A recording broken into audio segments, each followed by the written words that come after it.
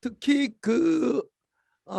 제가 삼성에 있었던 이병철 회장님은 1956년도 공채를 시작해서 1987년도 돌아가실 때까지 신입사원 면접을 빼놓지 않고 직접 하셨어요.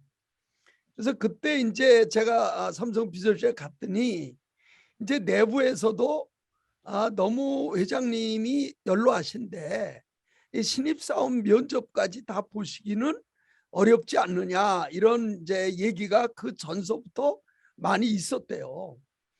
근데 이병철 회장이 뭐라고 얘기하셨냐면, 소위 말하면 사장단이죠. 사장단한테 면접을 맡기면 임원 정도 될 사람밖에 못 뽑는다. 그러니까 사장이 매일 만나는 게 임원이잖아요. 그러니까 임원이 어떤 자질이 우수한지 이런 거는 잘한다는 거예요. 내가 직접 봐야 누가 사장감인지를 알 수 있다. 이렇게 얘기를 하셔갖고 돌아가실 때까지 신입사원 면접을 놓치지 않으신, 결국은 인재, 사람 볼 줄 아는 것이 기업이나 뭐 국가 운영이나 너무 중요하다, 이런 말씀이죠. 그러니까 변화를 읽는 눈과 사람을 볼 줄 아는 눈, 이 두 가지가 저는 CEO와 리더의 핵심이다, 이렇게 생각하는데, 시간이 나면은 제가 그동안 나름대로 연구한 그 어떤 사람을 우리가 어떻게 봐야 되느냐에 대해서도 잠깐 말씀을 드리도록 그렇게 하겠습니다. 저는 1977년도에 말씀드렸지만 삼성물산에 입사해서 99년까지 삼성에 다니고, 그 뒤에 이제 벤처로 와갖고 옥션을 만들고 이니시스 대표이사, 그리고 지금은 코글로닷컴이라고 하는 회사를 운영하고 있습니다. 근데 제가 40년, 사회에 나온 지 40년이 됐을 때 2017년도에 이제 새로운 결심을 하게 됩니다. 결국은 대한민국이 부강해지고 부국이 되기 위해서는 가장 필요한 시대 정신은 뭐냐? 저는 기업가 정신이다, 이렇게 제가 결론을 내리고 2017년부터 본격적으로 사단법인 도전과 나눔이라는 사단법인을 만들어서 기업가 정신 고양을 위한 노력을 하기 시작했어요. 그래서 2018년도 7월서부터 기업가 정신 포럼을 시작을 했고, 지금까지 코로나 때문에 좀 이제 이렇게 연기한 거를 빼고는 32번의 기업가 정신 포럼을 실시했습니다. 이게 제가 카탈로그를 하나, 팜플렛을 가져왔는데요. 이게 제가 지금 운영하고 있는 기업가 정신 포럼의 안내고, 이제 여기 이제 있고, 뒤에 그동안 강연했던 분들의 리스트가 이렇게 있습니다. 62분의 강연을 제가 직접 모더레이팅을 하고 직접 그분들을 모셔서 기업가 정신과 최신 트렌드에 대해서 지금 강의를 하고 있어요. 제가 이렇게 결심하게 된 동기는 그동안 많은 분들의 유명한 분들의 강의를 들으면서 제가 결심하게 됐는데요. 뭐 여러분들도 잘 아시는 미국의 유명한 게리 하멜이나 또는 뭐 엘빈 토플러 박사나 또는 잭 웰치나 이런 분들이 한국에 오시거나 한국을 향해서 얘기하실 때 가장 많이 하시는 얘기가, 대한민국에서 가장 우수한 사람들이 공무원이나 대기업이나 공공기관으로 간다면 대한민국은 희망이 없다, 이런 얘기를 하셨어요. 근데 제가 서울대학에 작년에 강의하러 갔더니 서울대학 교수분이 서울대학생 3분의 1이 공무원 시험 공부를 지금 하고 있어요. 제가 조사를 해봤더니 우리나라 구급 공무원의 경쟁률이 100대 1입니다. 그리고 7급 공무원이 35대 1, 그리고 5급 공무원이 43대 1이에요. 지금 코로나 시대에서 늘어나는 거는 독서실이다, 이런 이제 자조적인 얘기를 하고 있습니다. 그러면 우수한 분들이 공직에 가거나 뭐 대기업이나 공공기관에 가는 게 왜 국가적으로 볼 때는 좀 손실이라고 생각하느냐. 이런 공기업이나 공공기관은 제일 거기도 물론 우수한 인재들이 가서 국민에 대한 서비스를 많이 해야 되지만 제일 문제는 뭐냐 하면 확장성이 없다는 거예요. 확장성이. 그러니까 한국전력이나 또는 뭐 산업자원부나 이것이 아무리 우수한 사람이 간다고 해도 그런 부서가 3개, 4개 생길 수가 없고 갑자기 엄청난 역할이 생기기가 어렵다는 거죠. 그러니까 그 나라가 부를 가져가려면 우수한 사람들이 그 기업이나 그것을 뭐 국제적으로 영토를 확장할 수 있는 이런 성장과 확장 속에 우수한 인재들이 가야 결국 그 부가 커지고 그 국가가 부국강병이 된다. 이런 얘기죠. 저는 이 말이 너무나 이렇게 와닿고 이러한 시대 정신을 제가 어떻게 몸으로 이거를 실천을 할까 이렇게 이제 고민을 했습니다. 우리가 조선 말기를 보면은 일본의 경우는 이제 1853년에 이제 개항을 하고 1860년대 들어서 후쿠자와 유키치라든지 또는 시부사와 H라든지 이런 수많은 사람이 대학과 기업을 만들면서 이제 자본주의를 받아들이고 일본에 이제 부국강병을 했던 반면에 우리는 전부 다 과거 시험 공부를 하고 1870년대 정도 되면은 과거 시험 보는 사람이 20만 명이 넘을 정도로 오로지 과거 시험에 매달렸다가 결국은 세계사적 변화를 잃지 못하고 1910년 나라를 잃는 비운을 겪게 되는 거죠. 지금 대한민국이 가져야 될 가장 중요한 시대적인 정신은 우수한 인재들이 기업가 정신을 가지고 이 기업의 세계적인 확장에 나서야 된다. 저는 뭐 기본적으로 이런 생각을 합니다. 가끔 이제 제가 그러면 기업과 때로는 뭐 장사, 누구는 장사한다, 기업한다, 뭐 두 분 다 이제 어떤 그 영업 행위를 하는 건데 뭐 대개 우리가 구별은 이렇게 합니다. 기업은 지속성이 있고 다른 사람을 써서 지속성을 가지고 계속 성장하는 그 속성이 있는 거, 이건 기업이라고 얘기하고, 우리가 장사는 지속성보다는 뭐 이익을 추구하고 안 될 때는 뭐 언제든지 이렇게 접을 수 있는 이렇게 지속성인 측면에서 기업은 그 독특한 특성을 가지고 있다. 근데 제가 첫 시간에도 말씀드렸지만 이 지속이란 단어는 현상 유지란 단어가 아니라 성장이란 단어다. 내가 기업을 하는 한 CEO는 70% 이상의 노력을 성장 속에 그 노력을 가지고 있어야 된다. 이제 이렇게 저는 이제 생각을 하고 있어요. 제가 엘빈 토플로 박사 얘기를 이제 2번에 걸쳐서 했는데 제가 사진 하나 보여드릴게요. 이게 엘빈 토플로 박사하고 저하고 같이 사진 찍고 제가 정말 뭐 오랫동안 이분을 모시고 한국에 오실 때마다 제가 이제 가까이서 여러 가지 배웠어요. 그래서 누구보다도 이 변화의 물결에 대해서 이거 중요성을 제가 인식하고 있죠. 박수 한번 치고 시작해 보겠습니다. 그리고 제가 사진 하나를 좀 몇 장을 가져왔는데요. 이게 이제 사진이 보실 텐데 여기 보면은 이 사진에 보면은 여기 아마존이라고 써 있을 거예요. 이게 1998년 11월 26일 날 제가 삼성물산에서 인터넷 쇼핑몰 할 때 아마존에 갔을 때 아마존의 인포메이션 데스크입니다. 이게 아마존 인포메이션 데스크. 그다음에 이게 아마존 앞에 써 있는 현수막이에요. 여기 보면 비기스트 월드 비기스트 빅스토어라고 써 있어요. 여기.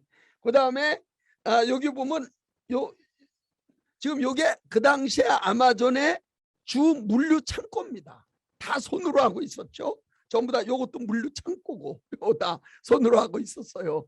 이 아마존이 23년 만에 이제 월마트를 제치고 어제 그저께 이제 미국 세계 최대의 유통업체로 성장했습니다. 제프 베조스는 세계 최고의 갑부가 됐고요. 그러니까 기업이라고 하는 것의 가장 커다란 중요한 건 뭐냐? 기업은 성공이 아니라 뭐다? 성장이다. 성장이다. 사업가가 우리가 성공했다 이런 얘기는 없어요. 사업이라고 기업이라고 하는 거는 성공이라고 하는 그 끝이 없는 겁니다. 그거는 영원히 성장으로 가야 돼요. 이거를 이제 어떻게 기업가가 본격적으로 할 것이냐, 여기에 대해서 좀 말씀을 드리려고 그래요. 대개 우리가 기업가 정신이다 이런 얘기를 하는데 이 끝에 단어에 정신이란 단어를 쓰는 게 세 가지가 있어요. 하나가 기업가 정신이란 단어를 쓰고 또 하나가 군인 정신이다. 군인 정신이 뭐 들었다 안 들었다 우리가 그런 얘기하죠. 군인 정신이다 이런 말을 쓰고 또 하나가 기자 정신이 있다 이런 용어를 써요. 그럼 왜 끝에 이런 정신이라는 단어를 붙일까? 그 어떠한 그 나름대로의 독특한 특성이 있기 때문에 정신이란 말을 쓰는 거죠. 자, 우리가 기자 정신 그러면 기자가 올바른 글을 정론을 쓰고 불의에 맞춰서 올바른 글을 쓰려면 반드시 어떻게 돼요? 권력의 탄압이나 또는 어떤 기업의 사주나 돈이나 이런 금력 권력에 의해서 영향을 받을 수 있죠. 그렇게 권력이나 금력의 영향을 받지 않고 올바른 정론의 길을 가야 된다. 그래서 우리가 기자 정신이다. 이렇게 얘기를 하죠. 그 위험도가 있다는 거예요. 그 리스크가 항상 있지만 올바른 길을 가야 된다. 그래서 우리가 기자 정신이다 이렇게 얘기를 하고요. 뭐 군인 정신은 뭐 여러분 잘 아시지만 군인은 언제나 어떻게 돼요? 전사의 위험이 있죠. 언제든지 전장터에서 죽을 수 있어요. 그렇지만 그 죽음을 무릅쓰고 그걸 각오하고 승리를 위해서 나가는 사람, 우리가 이제 이걸 군인 정신이다 이렇게 얘기하죠. 대한뭐 여러분들도 많이 보셨겠습니다만 그 태양의 후예라고 하는 그 이제 드라마의 송중기라고 하는 그 군인이 이렇게 얘기하죠. 저는 전장터에 가서 내 입고 있는 군복 이게 수위가 될 수 있다. 그게 이제 군인 정신이다. 이렇게 얘기를 합니다. 이 기업가 정신, 그럼 왜 기업가에는 정신이란 말이 들어갔을까? 이거는 지금 기업가와 종래의 기업가가 약간 개념이 약간 달라요. 옛날에 기업가라고 하는 것은 적법한 절차에서 부를 많이 이룩하면 그것이 훌륭한 기업가다 이런 얘기를 많이 했는데 지금 이 수종 자본주의 더군다나 컨센서스 캐피탈리즘이라고 하는 지금은 기업가의 목표는 베터 월드, 더 나은 세상을 만드는 거예요. 더 나은 세상을 어떻게 만드느냐, 이것이 이제 기업가의 주요한 사명인데 이 기업가는 뭐가 있다고요? 실패할 위험이 있는 거죠. 기업가는 언제나 실패할 수 있어요. 미국이나 대한민국이나 약간 비슷한데요. 벤처 캐피탈이 투자를 하고 그 정말 고르고 엄선해서 투자했는데 그 투자한 사람이 정상적인 엑시트나 또는 뭐 상장할 확률은 15%밖에 안 됩니다. 85%는 어떻게 돼요? 실패하는 거죠. 그렇지만 그런 실패의 위험과 리스크가 있지만 더 나은 세상을 향해서 나가는 사람, 그 사람들을 우리가 뭐라고 얘기하냐? 기업가 정신을 가진 사람이다. 이렇게 얘기합니다. 지금 제 강의를 듣고 있는 여러분과 같은 그런 분들이죠. 박수 한번 더 치고 시작해 보겠습니다. 자, 그러면 이 기업가 정신은 어떻게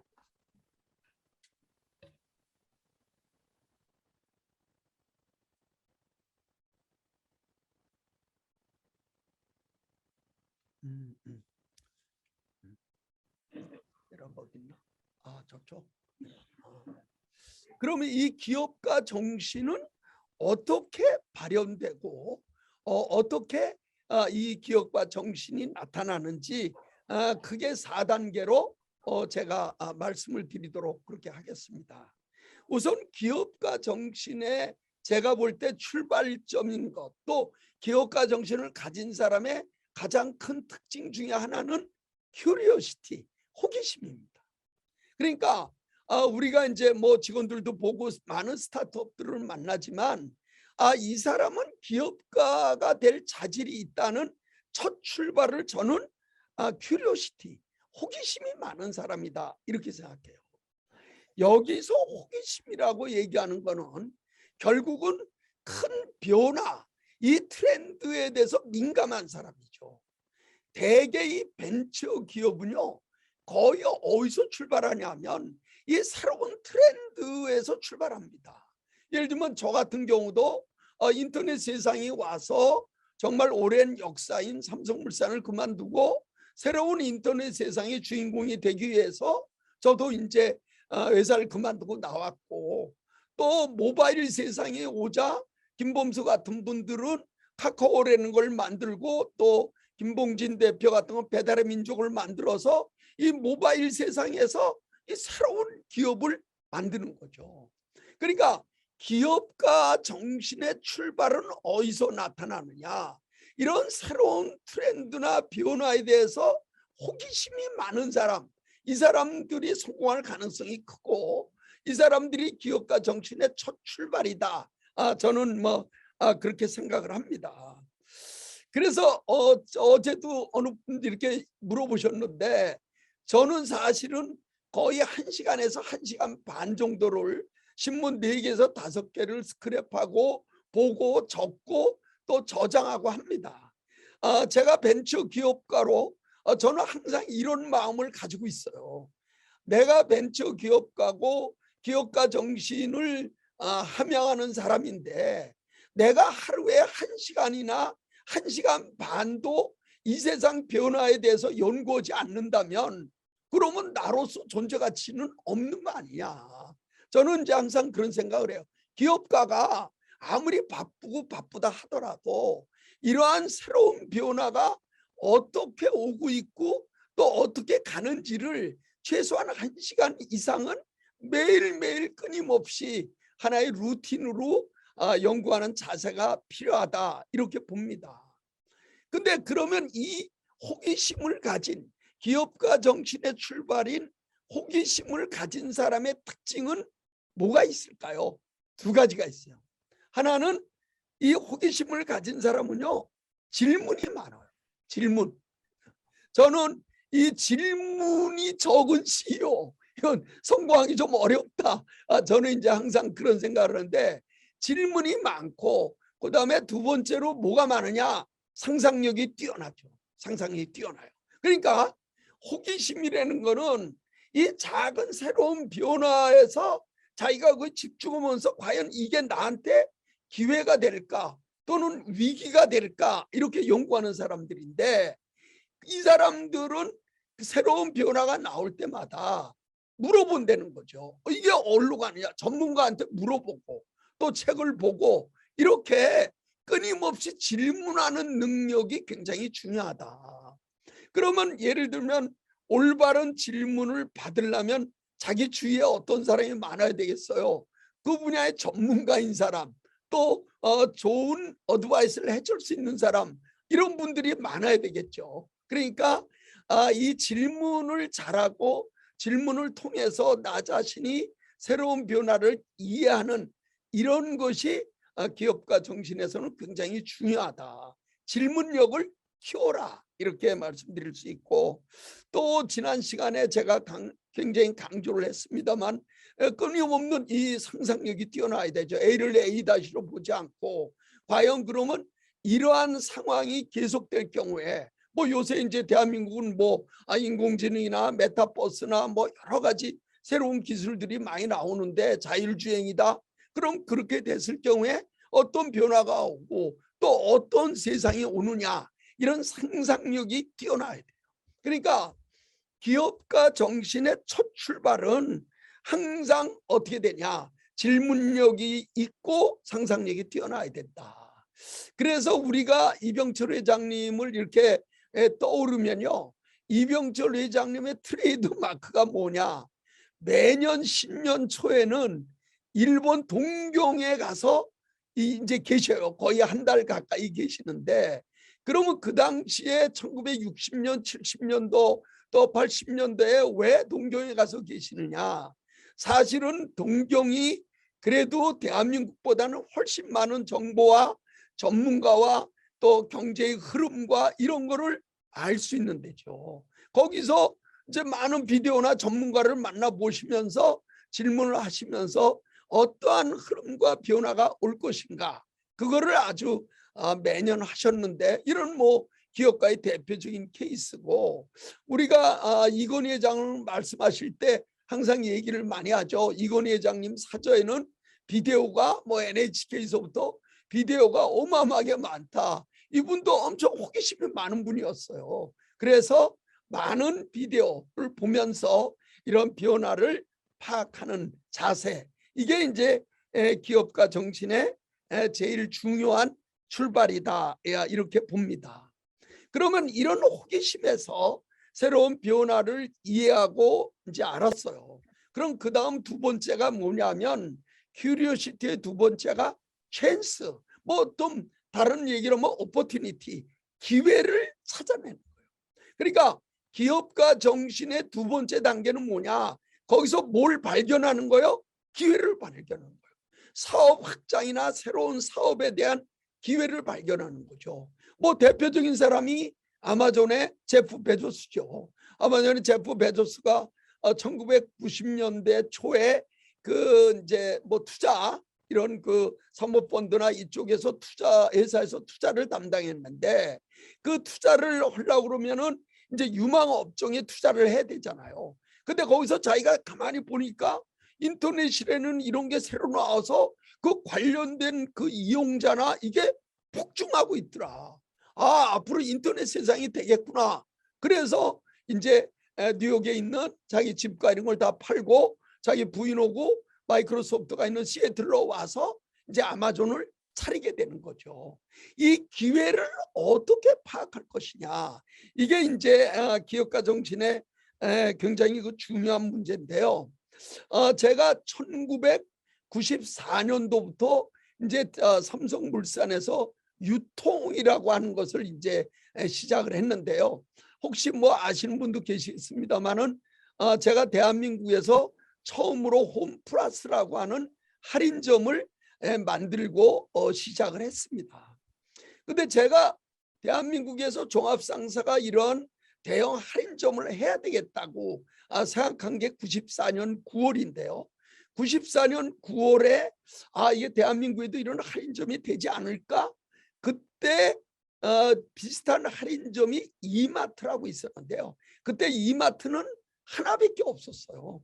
그래서 내가 그 당시에 창동에 이마트 점장을 만나서 대화를 하면서 앞으로 분명히 이런 세상이 올 것이다. 그래서 이제 시작을 하고 땅을 사고 시작을 해서 97년 9월 4일 날 처음 오픈한 것이 홈플러스 1호점 대구고, 지금까지 이제 대형 할인점으로 남아 있습니다. 그러니까 기업가 정신이 기업가가 가지고 있는 두 번째 단계에서 제일 중요한 게 뭐냐? 기회 파악력이다. 기회 포착력. 이것이 기업가로서는 굉장히 중요하다. 그래서 제가 말씀을 드렸죠. 이런 기회 포착력의 근거가 되는 게 뭐냐? 하나가 가능성이고 하나가 잠재성이다. 그러니까 기업가들은 직관적이건 아니면 뭐 본능적이건 어떤 사물을 볼 때 이거는 앞으로 어떤 가능성이 있다, 이거는 어떠한 잠재성이 있다, 그거를 볼 줄 아는 그 시야를 가져야 된다, 이렇게 봐요. 저는 뭐 최근에 이런 기업가, 이런 기회를 본 사업가로 몇 사람을 갖다 이렇게 나름대로 하는데, 예를 들면 셀트리온이라고 하는 거를 시작했던 서정진 같은 이런 분은 결국은 이 바이오시밀러 특허가 끝난 이 바이오시밀러 이쪽에 어마어마한 앞으로 기회가 있을 것이다. 그래서 아무도 없는 상태에서 황무지의 송도에서 이제 공장을 만들고 시작해서 지금은 대한민국의 아주 대표적인 바이오시밀라로 이제 성장을 했고, 지금은 좀 어렵습니다만 저는 이런 기회의 대표적인 사회로 우리가 저가 항공이라고 하는 제주항공, 이런 것도 정말 기회 포착의 대표적인 사례다. 애경이라고 하는 이런 생활용품을 만드는 회사에서 앞으로 대한민국이 이러한 그 여행이나 여객 수요로 볼 때 미국처럼 저가 항공이 나올 것이다. 그래서 제주항공이나 항공사를 만드는 사례, 뭐 이런 사람들은 전부 다 이렇게 기회의 포착력에 뛰어난 사람이다. 이렇게 볼 수가 있어요. 그 다음에 이런 기업가 정신의 세 번째 단계로 우리가 얘기하는 게 컨빅션입니다. 컨빅션은 뭐예요? 확신이죠. 자, 이 단계가 이제 사업에서 굉장히 중요한 단계인데, 호기심을 갖고 변화를 읽고, 그 다음에 그 안에서 기회를 포착하고, 그 다음에 이제 야, 이거는 분명히 사업이 되겠다 하는 이제 확신을 가지기 시작하죠. 이 확신의 단계가 이 사업가로서는 굉장히 중요한 단계죠. 저희가 반도체 사례를 한번 말씀드리겠습니다. 삼성이 지금 반도체로 뭐 엄청난 부를 가지고 대한민국에 이제 아주 정말 대표적인 산업으로 발전했는데, 원래 이 반도체는 이건희 회장께서 1974년부터 앞으로 반도체를 해야 된다 이렇게 주장을 했어요. 그래서 그 당시에 한국 반도체라고 하는 그 회사가 어려워지자 이병철 회장님한테 말씀드렸어요. 이 한국 반도체를 인수해서 삼성이 반도체를 해야 된다. 근데 이병철 회장님이 반도체 그게 뭔데, 그래서 설명을 해도 그 이해를 못 하셔갖고 할 수 없이 이건희 회장이 본인의 개인 돈을 들여서 74년도에 그 인수한 회사가 한국 반도체입니다. 그때부터 이건희 회장은 이거 분명히 반도체 시대가 온다, 이렇게 이제 생각을 한 거죠. 그래서 쭉 운영을 해오다가 79년도에 들어서 부천의 도당동이라고 하는데 이제 본격적으로 반도체 공장을 만들어서 어셈블리하는 조립하는 반도체 회사가 이제 시작이 되고, 저도 삼성물산에서 그 회사 거기에 뭐 캘큘레이터 칩이라든지 이런 거 이제 오다도 주고 해서 본격적으로 시작을 했어요. 그렇지만 그것이 메모리 반도체라든지 또는 이런 본격적인 반도체 시작은 아니었고, 끊임없이 이건희 회장이 이병철 회장님한테 이 반도체를 삼성이 해야 됩니다 하고 끊임없이 얘기를 했는데, 결정적인 계기가 된 게 82년도입니다. 82년도에 결국은 이병철 회장님의 마지막 해외여행이 됐는데, 그 보스턴에서 이병철 회장님이 보스턴 대학에서 명예 박사학위를 받게 됐어요. 그래서 이제 보스턴에 이제 날아가셔갖고 거기서 이제 연설도 하시고, 그 다음에 이제 뭐 명예 박사도 받고, 그리고 오시다가 실리콘밸리에 들렀어요. 실리콘밸리에. 그 실리콘밸리에서 뭐 거기서 뭐 수많은 뭐 휴렛 패커드서부터 시작해갖고 뭐 그 당시에 애플서부터 스티브 잡스 만나고 수많은 걸 보시면서 이제 결심하게 된 거죠. 이 미래의 산업의 중요한 거는 뭐냐? 반도체구나. 이렇게 이제 거기서 결심을 하셨어요. 그래서 82년도에 비행해서 오시면서 결심하고 삼성이 반도체를 본격적으로 나가야 되겠다. 그래서 이제 연구팀을 만들고 이제 83년 2월 8일 날 이제 대한민국이 반도체를 선언하게 됩니다. 2월 8일 날 우리가 이제 동경에 계신 이병철 회장님이 서울에 있는 홍진기 회장님한테 말씀드려갖고 삼성이 반도체를 본격적으로 들어간다. 그래갖고 발표를 해라.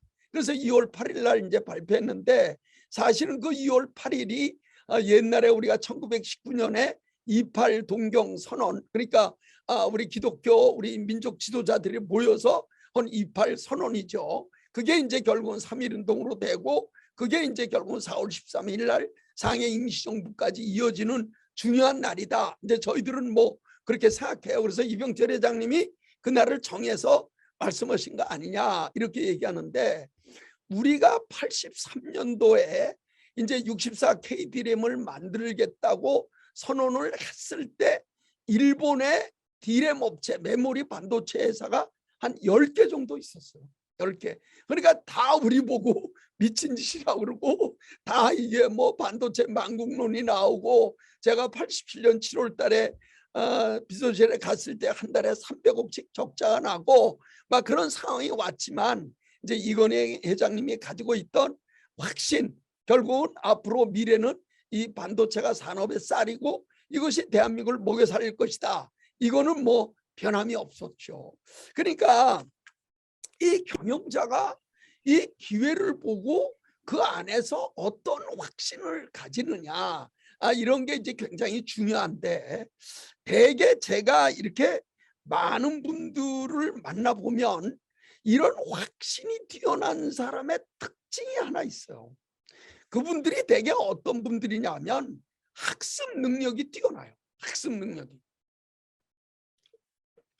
우리가 일반적으로 이렇게 얘기합니다. 우리가 뭐 이제 인공지능 할 때도 뭐라 그래? 기계 학습이라고 하죠. 머신 러닝이라고 그러죠. 그러니까 실제로 사회생활을 해보면 학습 능력이 뛰어난 사람이 있고 공부 능력이 뛰어난 사람이 있어요. 그러니까 저는 뭐 영어는 잘 모르지만 영어에서 중요한 단어가 스타디란 단어하고 러닝이란 단어예요. 저는 이 단어 둘이 너무너무 중요하다 이렇게 생각해요. 그러니까 우리가 이제 애들한테 얘기하죠. 야, 너 공부해. 공부해야 뭐 성적도 올라갈 거 아니야. 근데 애들한테 너 학습해 이런 얘기는 안 하죠. 근데 우리가 저 한양대학입니다만, 한양대학에 오다 보면 뭐라고 썼냐면 평생학습센터, 평생 공부라는 용어는 없어요. 평생학습센터 이렇게 얘기해요. 이렇게 얘기해요. 그리고 우리가 자율이란 말이 들어가잖아요. 저 학교에서도 자율 그러면 자율학습이라고 그러지 자율 공부라는 용어는 없어요. 이게 저는 굉장히 중요하다고 보는데, 실제로 우리가 스타디와 러닝이 어떻게 다르냐. 스타디는 기존의 원본이 있어요. 기존의 텍스트가 있단 말이에요.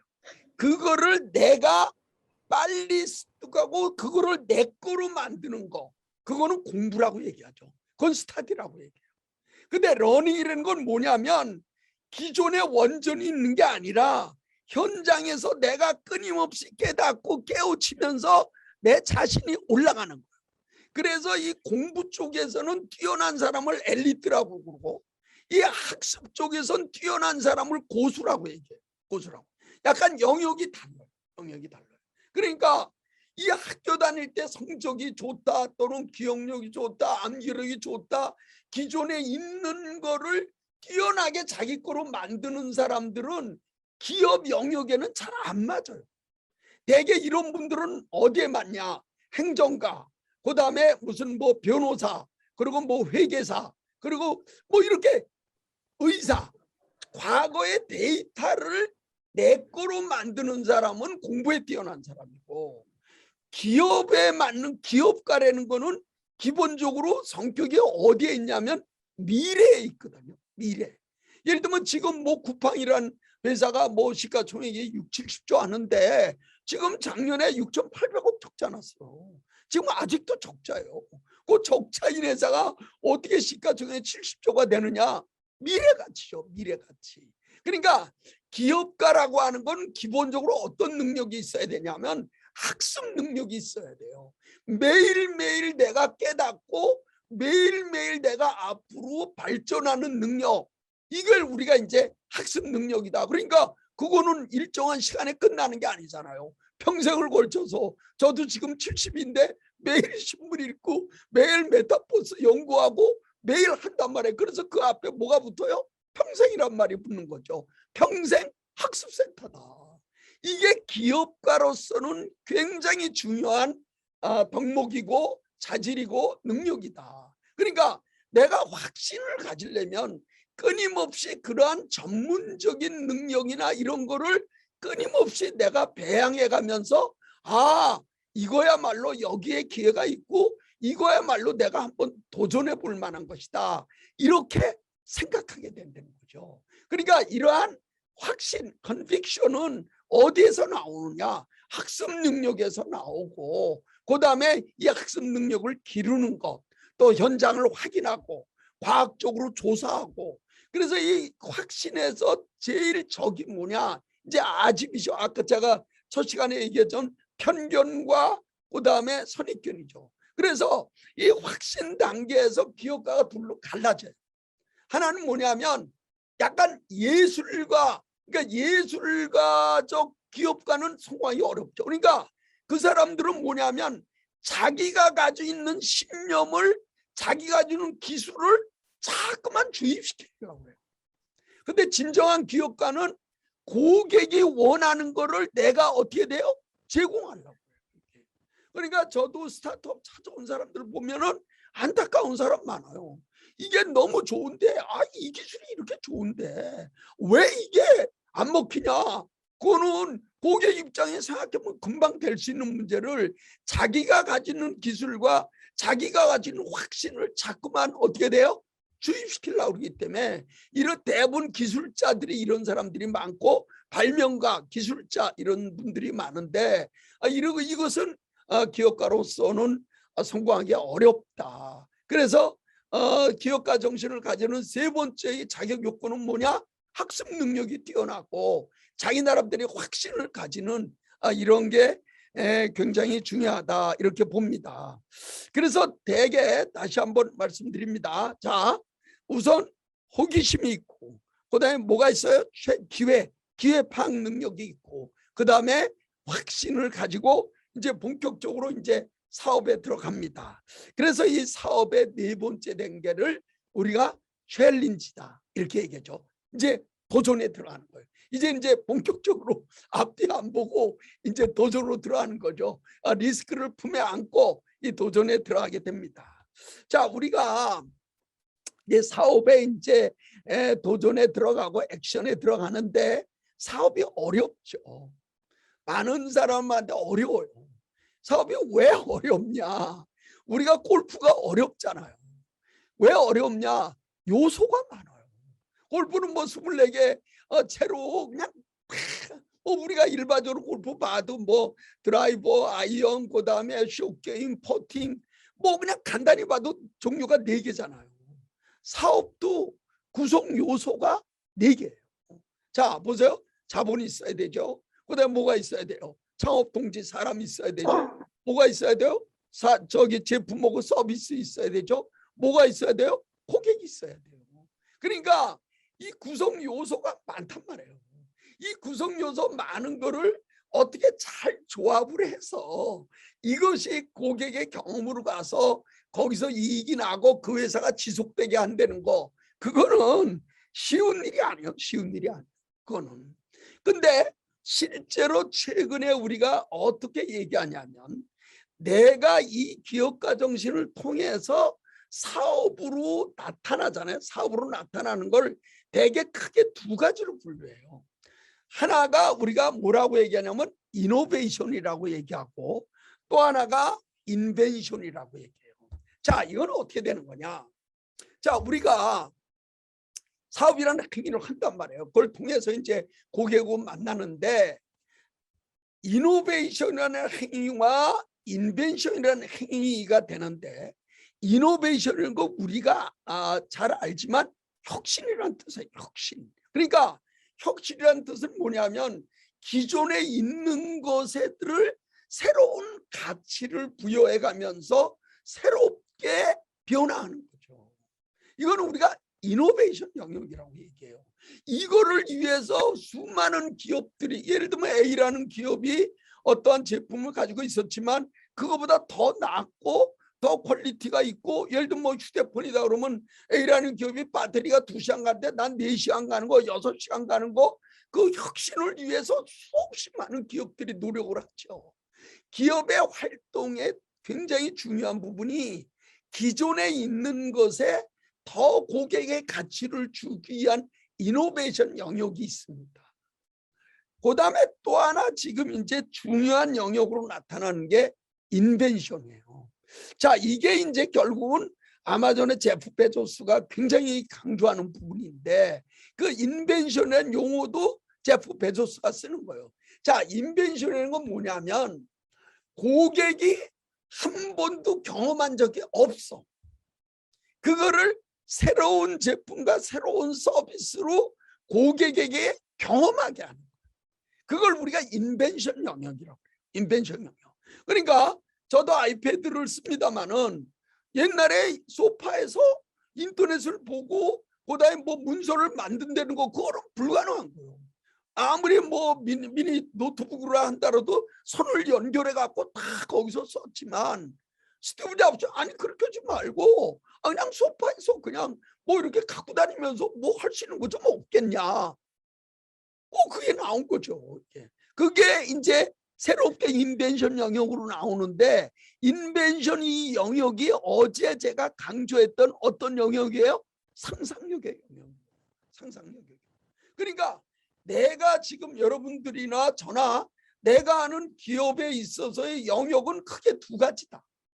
하나는 이노베이션 영역이고 하나는 인벤션 영역이다.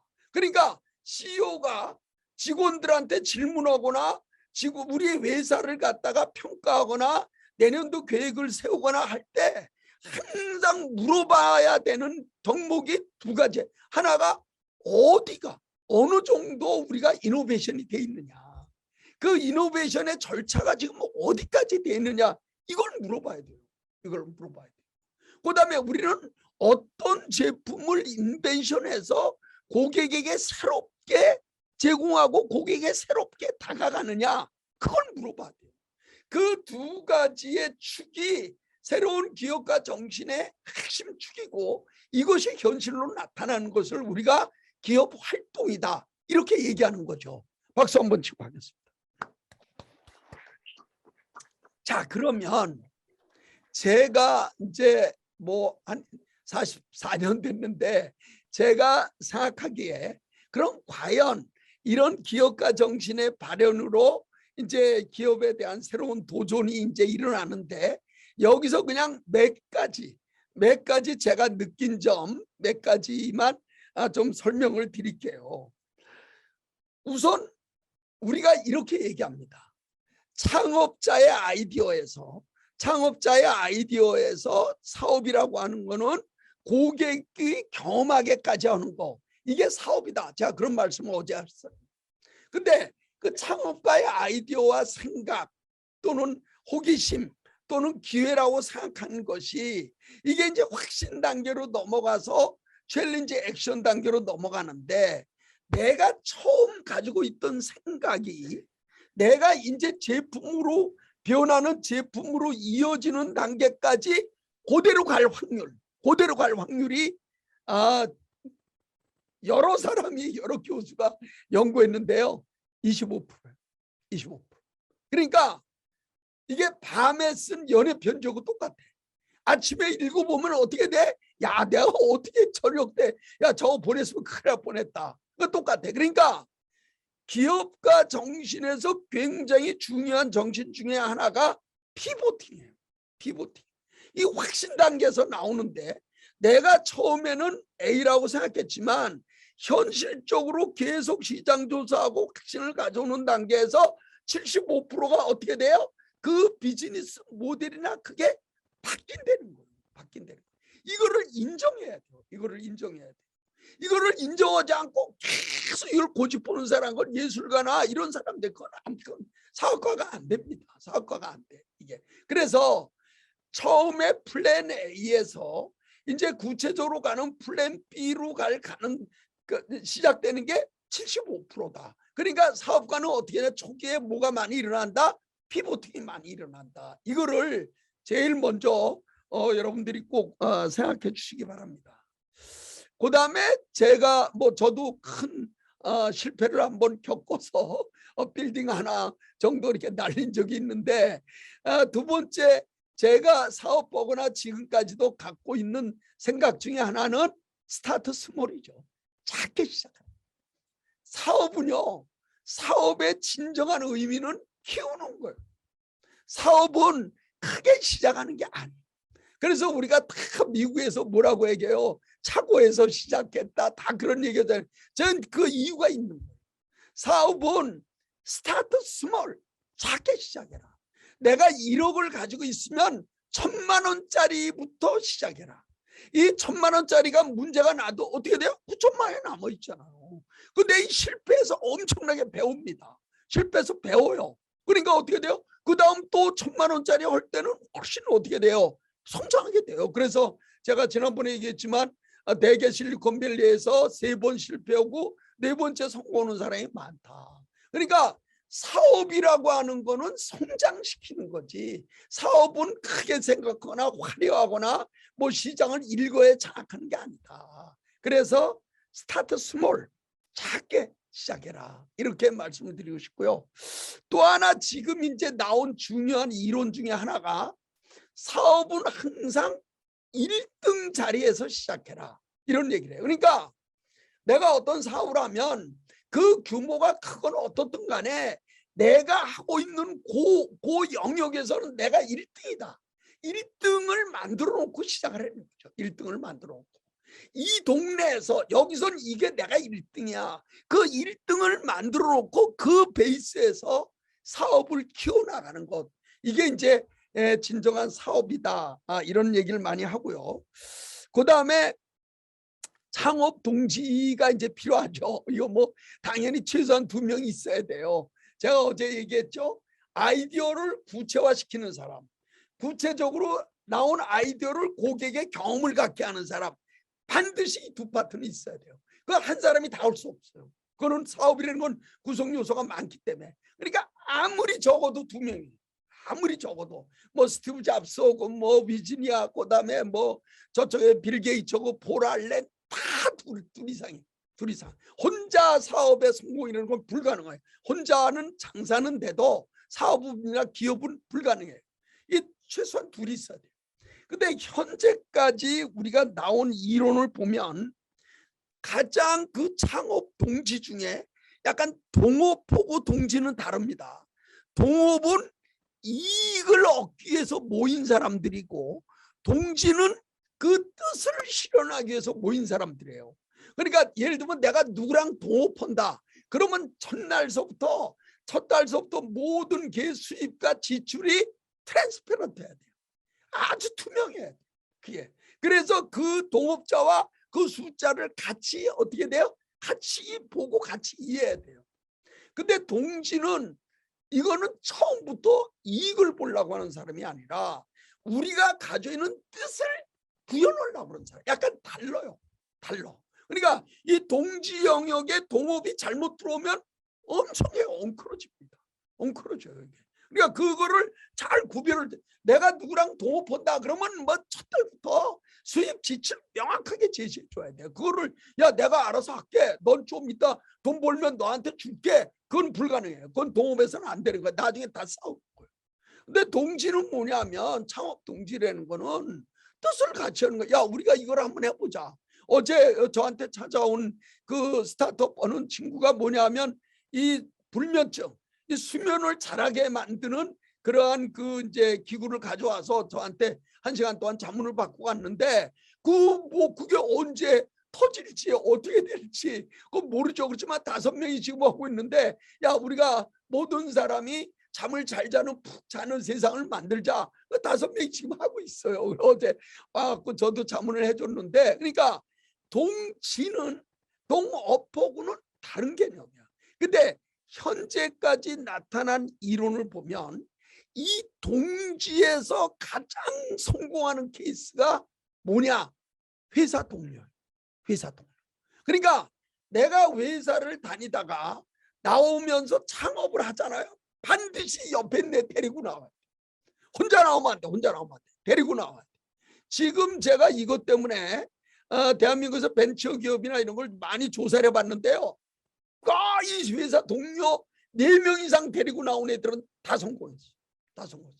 왜냐하면 일단 회사 동료는 뭐예요? 위계질서가 있잖아요. 너는 부장, 너는 과장, 위계질서가 있잖아요. 그다음에 뭐가 있어? 영역이 있잖아요. 너는 격리 잘해. 너는 뭐 잘해. 그다음에 그 정도 자기가 나올 정도면 이 사람의 뭐를 알아요? 인격을 아는 거죠.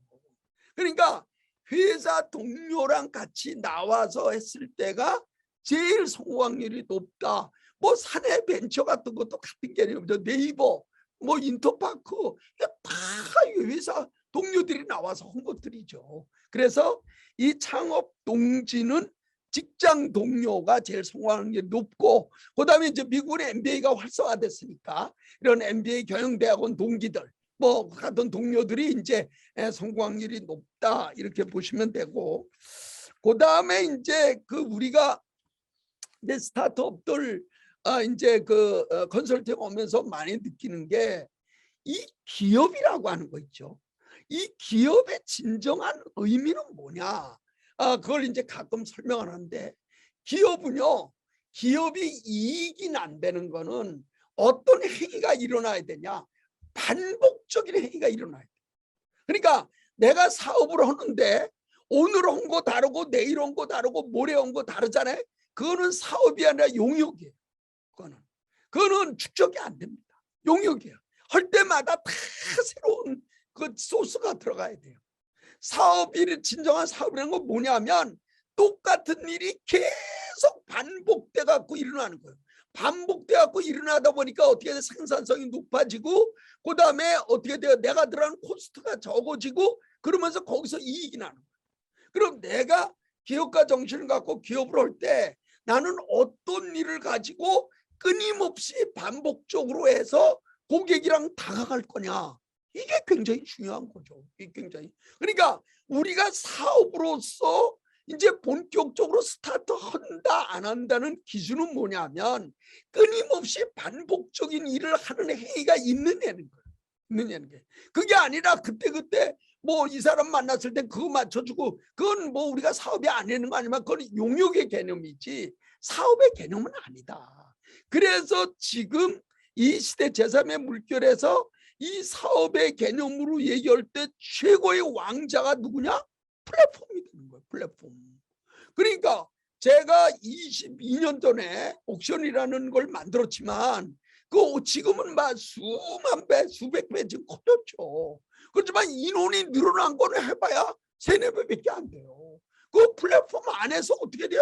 자기들끼리 계속 돌아가는 거예요. 그러니까 이제 나중에는 한계 비용이 거의 어떻게 돼요? 줄어들죠. 우리가 이익이 엄청나게 나는 거예요. 이게 기업의 성립 요건에서 굉장히 중요하다 이렇게 보고, 마지막으로 하나만 더 얘기하고 좀 쉬겠습니다. 실제로 우리가 많은 사람들이 오면 항상 제가 얘기해요. 자, 너 사업 시작했어? 그러면 이 문방구 가서 세금 계산서 하나 사와. 그래갖고 세금 계산서를 책상에다 이렇게 붙여놔. 누가 내 세금 계산서를 끊어줄 건지, 누가 내 진짜 고객인지, 그거를 그 세금 계산서를 보고 항상 생각하면서 일을 해라. 우리가 골프를 치면 어떻게 돼요? 골대 보고 치는 거 아니에요. 골대 보고 치는 거지 그냥 멀리 날리는 게 아니잖아요. 내가 지금 하고 있는 기업 행위에 다시 말해서 최종 고객, 나한테 세금 계산을 끊어줄 사람, 이 사람은 누구인지 그거를 항상 염두에 두고 사업을 해야 된다. 이렇게 생각을 합니다. 제가 오늘 첫 시간은 이 기업가 정신에 대해서 전반적으로 말씀을 드렸어요. 기업가 정신이라고 하는 건 이 시대에서 특히 뭐 미국이나 저희 대한민국에 있어서 부를 이룩하는 가장 기본적인 거고 엔진이다. 여기에서 부나 고용이 나오지 않으면 다 어렵고 힘든 생활을 할 수밖에 없다. 근데 이런 기업가에게 필요하고 요구되는 건 뭐다? 기업가 정신이다. 기업가 정신. 기업가 정신은 왜 나오냐? 항상 실패 위험이 있기 때문에 기업가 정신 용어가 나왔다. 이 기업가 정신은 크게 4단계로 분리가 된다. 첫 번째 제일 중요한 게 뭐냐? 큐리오시티, 호기심이 많아야 된다. 기업가는 호기심이. 두 번째는 찬스, 기회 포착력이 뛰어나야 된다. 세 번째는 어떻게 돼요? 새로운 사업에 대한 컨빅션, 확신을 가져야 된다. 네 번째는 액션에 옮기는 챌린지, 도전을 해야 된다. 그래서 우리가 항상 얘기해요. 최고의 기업가의 마지막 단계, 챌린지. 챌린지에서 제일 필요한 거 뭐냐? 우리는 이렇게 얘기합니다. 용기다. 이렇게 얘기해요. 칼리지. 용기가 있어야 돼. 최고의 기업가는 어떤 사람이냐? 용기가 있는 사람이에요. 내가 이러한 불확실한데 내 스스로를 던져서 더 나은 세상을 만들겠다. 용기가 있어야 돼요. 이게 기업가 정신이 가지고 있는 기본적인 특징이고, 이것이 더 나은 세상을 만들고 정말 강한 조국을 만든다. 이렇게 생각합니다. 그러면 왜 기업인들은 그렇게 실패를 무릅쓰고 또 그 어려운 길을 정말 서울대학의 3분의 1이 공무원 시험 공부하고 이렇게 편하게 지내다가 예를 들면 연금도 받고 하는데, 왜 이렇게 유능한 이 수많은 사람들이 이 기업 일 스타트업이나 이쪽 영역에 뛰어드느냐? 지금 화장실 시간이 같지 않아서 한 3분만 잠깐 쉬었다가 시작하겠습니다. 네, 3분만. 네. 이사장님 시작하겠습니다.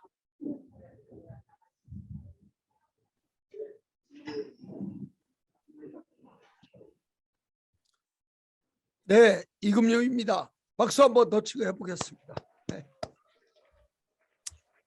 이 마지막 아주 대미인데 일찍 끝내야 여러분들이 좋아하실 것 같아갖고 제가 좀 빨리 끝내도록 그렇게 하겠습니다. 네.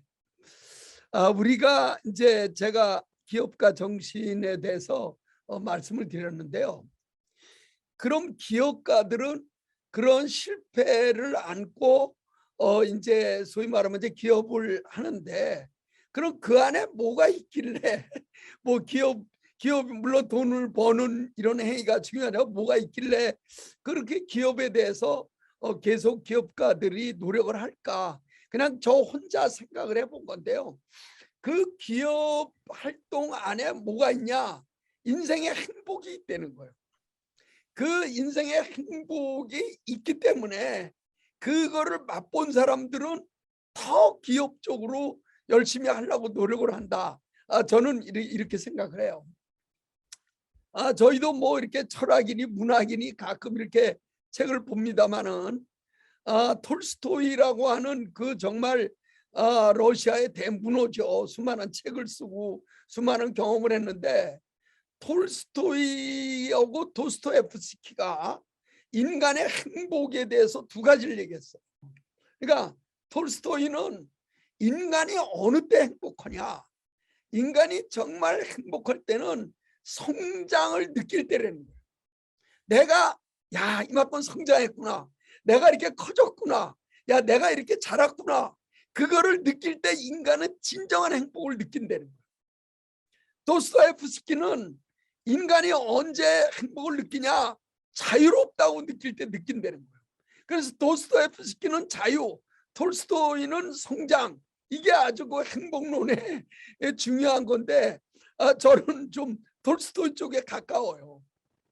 예를 들면 제가 99년 9월 1일 날 옥션이라는 회사를 만들어서 이제 직원들하고 창업을 했는데, 그때 이제 아무래도 저는 대기업에 있었으니까 임원으로 있었으니까 직원들하고 같이 회의도 많이 오고 조회도 많이 했는데, 지난번에 잠깐 말씀드렸지만 조회를 하려고 해도 다 모일 공간이 없어서 그 빌딩이 생긴 이래 처음으로 맨 위에 옥상에 올라가서 물이 고여 있는 거 치우고 전 직원들하고 제가 앞으로 이 회사를 어떻게 운영하겠다고 회의를 했어요.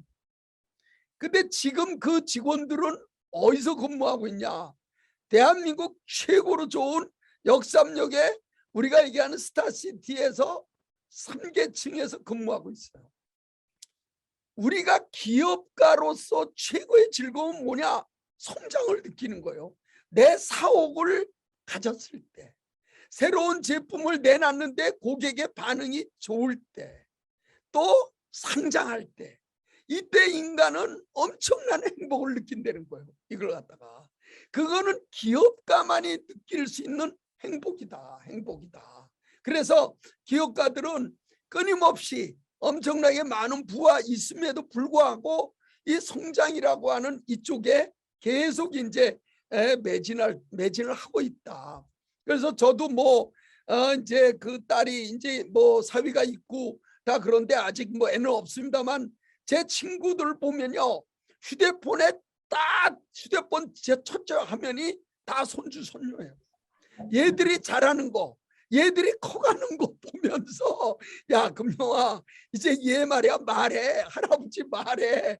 거기서 인간이 행복을 느끼는 거예요. 그러니까 기업가는 그러한 성장을 통해서 저 직원이 2명일 때 10명일 때 정말 어디 조그만 데서 시작했다가 자기 가게를 가졌을 때 그때 그 행복을 기업가가 가지고 있는데, 이런 행복은 자기가 직접 오지 않고 소위 말하면 소장농에 있는 사람들은 전혀 느낄 수 없는 행복이다, 이렇게 생각을 합니다.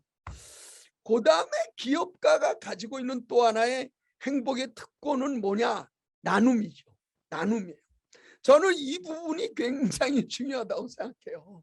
내가 어느 정도의 부가 있거나 또 어느 정도의 지위가 있을 때 그거를 사회나 공동체 또는 뭐 이렇게 후배들한테 나눈다는 거, 이거는 어마어마한 행복이에요. 그거는 그 나눔을 함으로써 공동체나 후배들이 그 즐거움을 느끼고 찾아와서 손을 잡고 그 행복은요 기업가 아니면 느낄 수 없습니다. 지금 대한민국에 사랑 이제 사랑의 모금회라고 있는데요. 거기에 이제 아너스 클럽이 1억 이상을 기부한 분들을 아너스 클럽이라고 얘기하는데, 그분들이요 80% 이상이 다 기업가예요. 그분들이 그 1억 이상 기업할 때 그 같이 사진 찍을 때 그 즐거운 모습은요, 그거는 기업 아닌 사람은 그걸 몰라요. 최근에 786억을 그 카이스트에 기부한 이수영이라고 하는 정말 83세의 훌륭한 분이 계시는데요. 그분은 786억을 기부하면서 그때 뭐 인터뷰하고 나온 모습이 너무나 행복한 모습이에요.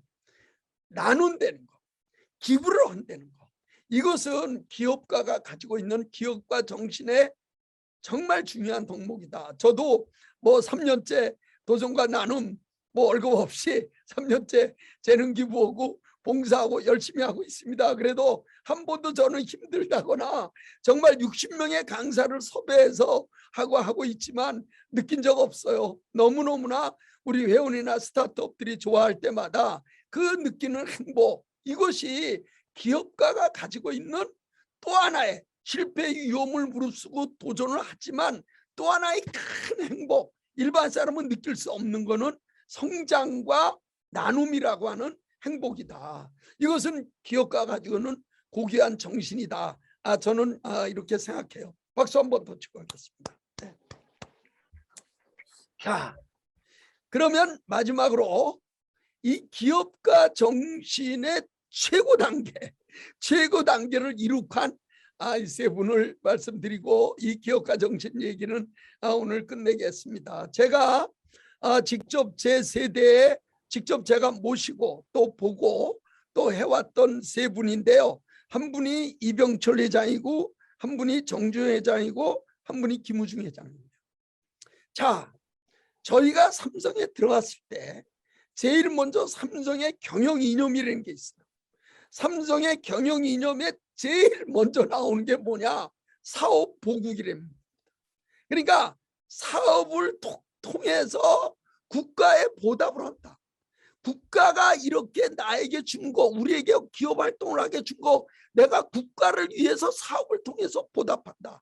그게 이병철 회장님의 최고의 목표였어요. 사업가가 우리가 얘기할 때 뭐 돈을 번다 그렇지만 최고의 사업가는 그렇게 생각하지 않아요. 최고의 사업가의 머리에는 항상 뭐가 있냐? 국가라는 게 들어가 있었어요. 이게. 자, 그 사례를 한번 보죠. 우리가 1983년도에 이제 반도체를 시작했습니다. 64KT램부터 시작을 했고 85년도에 텍사스 인스트루먼트에서 당시로서는 엄청난 돈이 600억이란 그 특허 침해 소송도 했어요. 그리고 제가 87년 7월 1일 날 이제 삼성 비서실 가서 전 세계의 반도체 정보를 요약해서 보고하는 일을 하고 있을 때 한 달에 300억씩 적자 났습니다. 그때 많은 분들이 이병철 회장한테 건의한 내용 중에 하나가 뭐냐면, 우리가 이렇게 어렵게 원천 기술을 개발하지 말고 우리는 응용 기술로 들어가자, 이렇게 얘기했어요. 어플리케이션으로 들어가자는 거예요. 그 당시에 우리는 원천 기술이었죠. 근데 원천 기술이라는 게 돈과 인력과 시장이 다 있어야 되잖아요.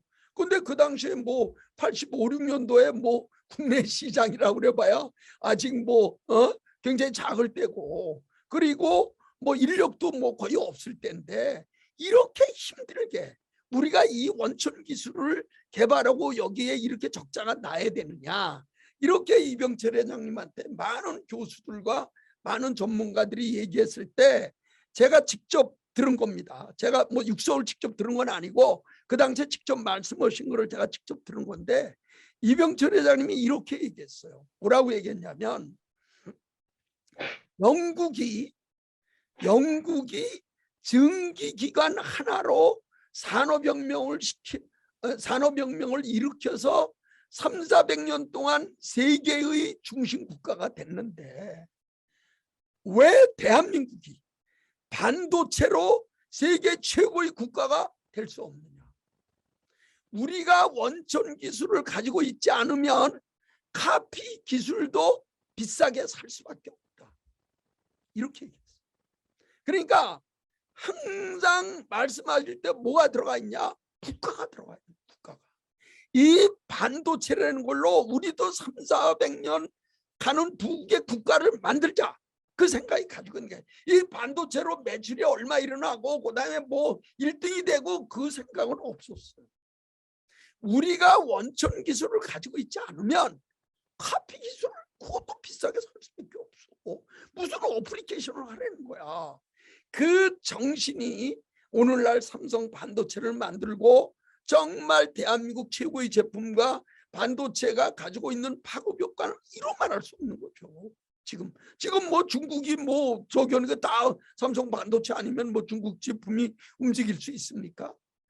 이렇게 최고의 기업가 정신들은 항상 그 배경과 그 머릿속에는 국가라는 개념이 있었다, 우리가 이렇게 보는 거예요. 자, 정주회 회장님을 한번 말씀드려보죠. 이병철 회장님은 1910년생이고 정주회 회장님은 1915년생입니다. 정주회 회장님이 1967년도에 현대자동차라는 자동차 회사를 만들었어요. 근데 우리가 기술이 있습니까? 아무것도 없죠. 그래서 그때 제휴한 회사가 미국의 포드 자동차입니다. 그래서 포드와 제휴해서 포드 20M이라는 이제 자동차도 만들었는데, 포드와는 뭐가 문제냐? 포드가요, 수출을 못하게 하는 거예요. 내수만 하는, 내수만. 그래서 정주 회장이 결심합니다. 나는 내수만 하는 자동차 회사는 만들고 싶지 않다. 그래서 1972년도에 결별했어요. 포드를 끊었어요, 이게. 근데 제일 어려운 게 뭐냐? 엔진이잖아요, 엔진. 우리가 엔진 대한민국 70년대 초, 77년도에 국민소득, 제가 입사할 때 그때 국민소득이 $1,000였는데 72년도에 자동차 엔진을 어디서 만들어요? 그래서 일본에 가서 일본의 뭐 중위권 회사라고 할 수 있는 미쯔비시 자동차와 제휴해서 엔진만 미쯔비시 엔진을 가져옵니다. 그리고 정말 죽을 고생을 다해서 1976년에 만든 차가 포니예요. 포니. 자, 국산의 1호차 포니가 나왔어요. 그래서 정주 회장이 너무 기뻐서 그 당시에 상공부, 그때는 상공부라고 그랬죠. 상공부 장관님한테 전화를 했어요. 장관님, 우리 힘으로 국산 자동차를 만들었습니다. 그랬더니 그 장관이 믿질 않는 거예요, 그걸 갖다가. 그래서 이제 모시고 와갖고 이제 그 행사도 하고 그랬는데, 그때 1976년도에 포니 자동차가 첫 번째로 수출이 됩니다. 그 수출한 나라가 어디냐면 중남미의 에콰도르예요. 에콰도르에 6대를 수출해요. 6대.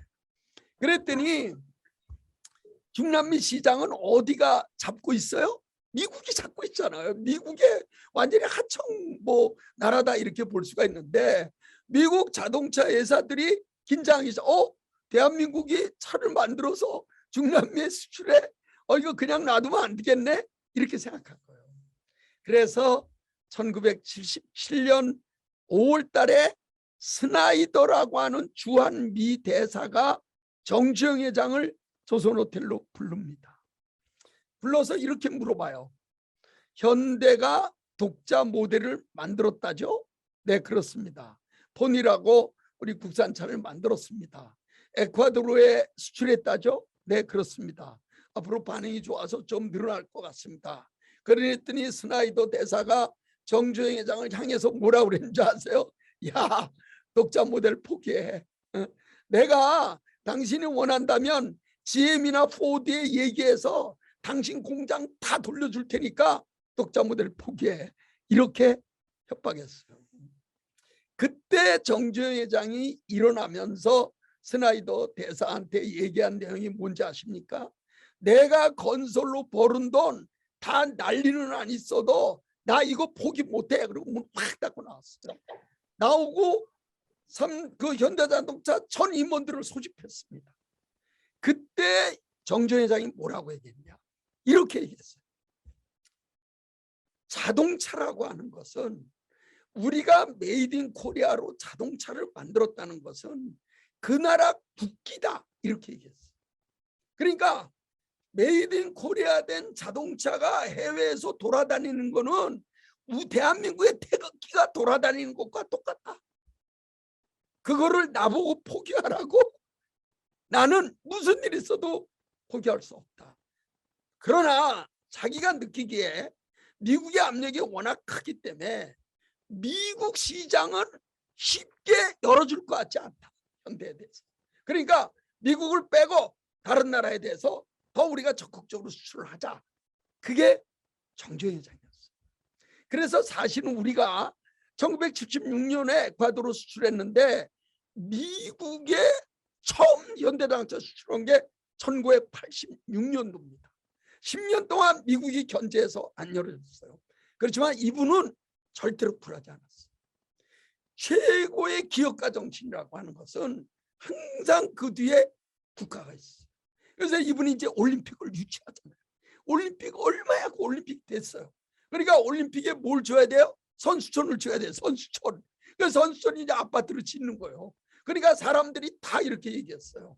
현대가 건설회사가 있고 그리고 어떻게 돼요? 정주영 회장이 올림픽 유치위원장으로 했으니까 그 가락동에 있는 그 큰 올림픽 그 선수촌은 지금 아파트 올림픽 아파트는 현대가 지을 것이다.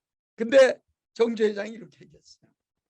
민간이라고 하는 거는 리스크가 있는 걸 짓는 거지. 저렇게 공공은 우리가 아무리 돈이 나도 짓는 거 아니다. 그거는 국가가 짓게 해야 된다. 그래서 포기했어.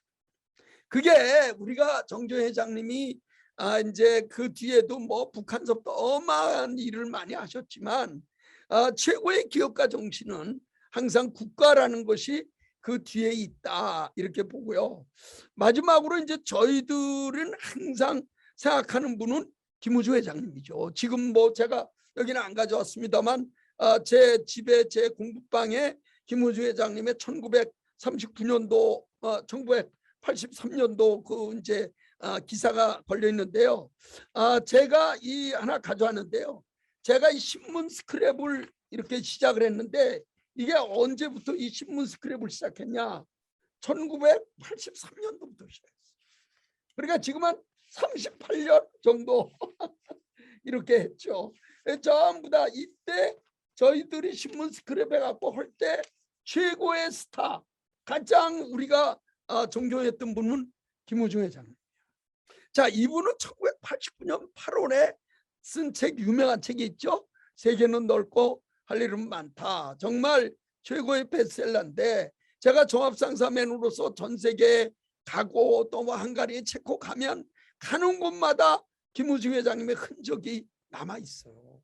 베트남에서 얼마나 김우중 회장은 2005년부터 극진히 대접했습니까? 이분은 우리가 말하는 공산국가 이제 그 소비에트가 무너지고 공산국가에 갈 때마다 그 나라의 발전 계획을 다 세워서 제시해 줬어요. 내가 볼 때 너희 나라는 이렇게 하면 발전할 수 있다. 우리가 그런 경험이 가지고 있다. 얼마나 그 나라의 대통령이나 많은 사람이 얼마나 김우중 회장을 좋아했습니까? 그래서 우리가 헝가리, 체코 그 적성 국가 우크라이나도 우리가 쉽게 수교를 맺고 맺을 수 있었죠.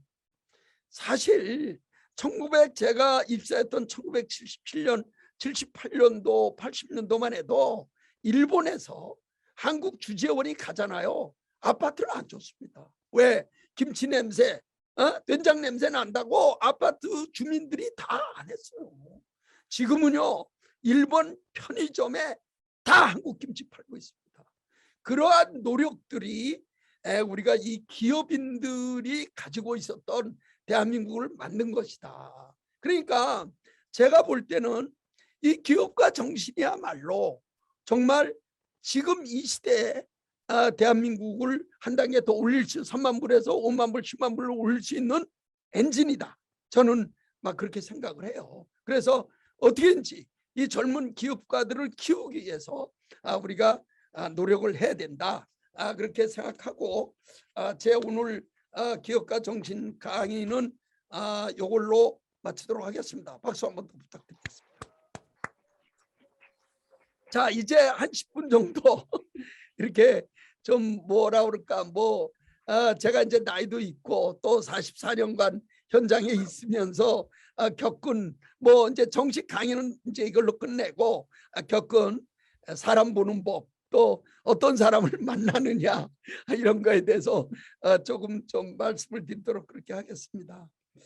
저는 많은 책도 읽고 많은 사람을 만나봤지만 저는 기본적으로 나쁜 사람과 좋은 사람, 그러니까 선악은 없다. 저는 기본적으로 그렇게 생각해요. 저는 성선설을 믿는 사람이니까. 근데 실제로 만나보면 이 기적인 사람과 이 타적인 사람은 있는 것 같아요. 그러니까 행동이나 모든 게 굉장히 자기중심적인 사람과 또는 남을 배려하고 질서나 공동체를 배려하는 사람은 있는 것 같다. 저는 그렇게 생각을 해요. 근데 이 기업인들이 특히 이 기적인 사람을 잘못 만나면요 엄청 고생합니다. 보통 고생하는 게 아니에요. 이게 그러니까 사실 저보고 사실 지금 나이에 정말 중요한 게 뭐냐, 저는 그렇게 얘기하면 지난번에 잠깐 말씀드리지만 자기 우군을 많이 만드는 거. 우군 주위에 우군이 많아야 돼. 우군이 많아야 돼. 근데 우군을 만드는 건요 그 사람하고 나하고 내가 뭘 선물을 줘서 만드는 게 아니라 아무 대가 없이 내가 할 수 있는 걸 그 사람을 도와주는 거예요. 그럼 그 사람이 그걸 느끼고 나중에 내가 어려울 때 다시 도와줘요. 우군이에요. 그 우군이에요. 우군. 그다음에 제가 얘기했죠. 사람이 매력이 있어야 된다. 벤처 캐피탈들 만나보면요, 벤처 캐피탈이 스타트업 투자하잖아요. 아무리 비즈니스 모델이 좋고 아무리 저기가 좋아도 그 CEO가 마음에 안 들잖아요. 투자 안 합니다. 투자 안 해요. 투자 받는 제일 조건은 뭐냐? 그 CEO가 매력이 있어야 돼요. 사람이 인성이나 얘기하는 게 매력이 있어야 돼요. 아무 매력이 없는 사람이 어떻게 우군이 생기고 어떻게 네트워크가 넓어집니까? 그건 안 되는 거죠. 그러면 한번 생각해 봅시다. 그럼 이 기와 이 탈을 어떻게 구별하느냐? 제가 그 보려는 법 하나 말씀을 드려볼게요. 자, 예를 드는 겁니다. 이건 제가 이제 옥션으로 해서 예를 들면 어느 정도 부를 가졌다. 그래서 이제 노후를 대비해서 빌딩을 하나 이제 살라고 이제 제 친구 이제 중개사하는 친구랑 만났어. 야, 명수야, 내가 말이야 이거 좀 어떻게 이렇게 해서 좀 저기 했는데, 야, 5층짜리 빌딩 하나 살라고 그러는데 너 하나 좀 좋은 거 소개해 줘라. 그 얘기를 들었을 때, 야, 금용이가 그래도 삼성에 나와서 옥션에서 나름대로 그래도 어느 정도 벌었구나. 저놈 정말 아주 나중에 정말 아주 나한테 고맙다는 얘기 들을 정도로 진짜 좋은 거 내가 하나 소개해 줘야지. 그 마음이 드는 사람은 이타예요. 이타. 근데 어떤 사람인 줄 알아요? 그래? 야, 얼마짜리 정도? 아, 그래, 50억? 그럼 머릿속에 벌써 생각해. 아, 저거 0.5% 받으면 돈이 얼마고 나한테 얼마 떨어지고 뭐고? 그러면서 그동안 내가 못 팔던 거, 가족인데 못 팔던 거, 그거 뭐 쟤는 돈이 많으니까 그것도 괜찮을 거야 해갖고 지가 갖고 힘든 거를 판단 말이에요. 그거는 이기예요. 이기. 그거를 볼 줄 알아야 돼. 그거를 볼 줄 알아야 돼.